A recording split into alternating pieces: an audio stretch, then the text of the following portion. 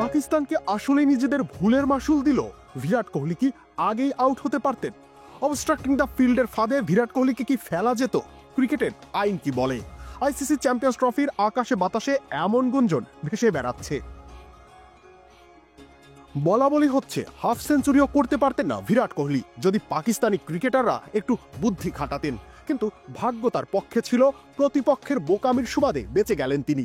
এমনটাই মনে করেন ভারতীয় ক্রিকেটের কিংবদন্তি সুনীল গাভাস্কার। তিনি মনে করেন একটু খেয়াল করলেই বিরাটকে সাজঘরে পাঠানো যেত।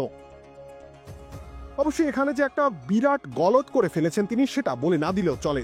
আইসিসির নিয়ম বলছে ফিল্ডিংয়ে বাধা দেওয়া মানেই আউট হওয়ার সুযোগ তৈরি করা। ইচ্ছাকৃতভাবে ফিল্ডারদের রান আউট বা ক্যাচ নিতে বাধা দিলে ব্যাটারকে অবস্ট্রাক্টিং দ্য ফিল্ড আউট দেয়া যায়। কিন্তু কোহলি তো কোনো রকম বাধা দেননি, বা সেখানে তো রান আউট হওয়ারও সুযোগ ছিল না। শেখ মাসালায় মাসালাময় প্রাণ পটেটো ক্র্যাকার, লোভ সামলানো দায়। ঘটনা ভারত পাকিস্তান ম্যাচের 21তম ওভারের হারিস রৌফের বলে 1 রান নিয়ে নন স্ট্রাইক প্রান্তে চলে গিয়েছেন কোহলি। এদিকে বাউন্ডারি লাইনের কাছে থাকা পাকিস্তানি ফিল্ডার নন স্ট্রাইকিং এন্ডে সরাসরি থ্রো ছুড়লেন, কিন্তু বল গড়িয়ে যাওয়ার আগেই কোহলি সেটি হাত দিয়ে ধরে ফেললেন। তবে এখানে কোনো বিতর্কের সুযোগ নেই, কারণ কোহলি এখানে কোনো রকম বাধা দেননি ফিল্ডারকে। বলটা ডেড হয়নি, হাত দিয়ে ধরে বলটা ডেড করেছেন তিনি।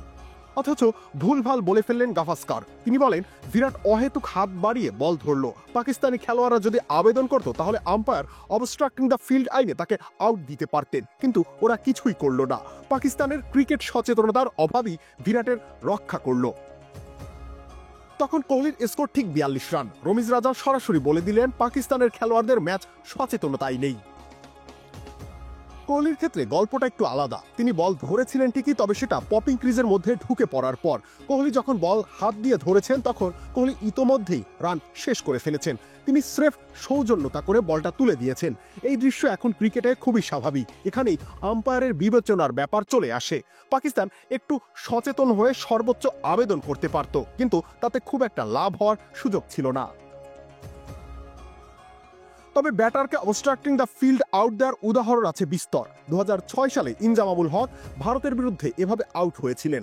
2015 সালে বেন স্টোকস অস্ট্রেলিয়ার বিপক্ষে একইভাবে সাজঘরে ফিরেছিলেন। একইভাবে মিরপুর টেস্ট চলাকালে স্ট্রাইকিং এন্ডে অবস্ট্রাক্টিং দ্য ফিল্ডের শিকার হন মুশফিকুর রহিম। কদিন আগে বিপিএলে অবস্ট্রাক্টিং দ্য ফিল্ডের শিকার হন রংপুর রাইডার্সের শেখ মেহেদী হাসান।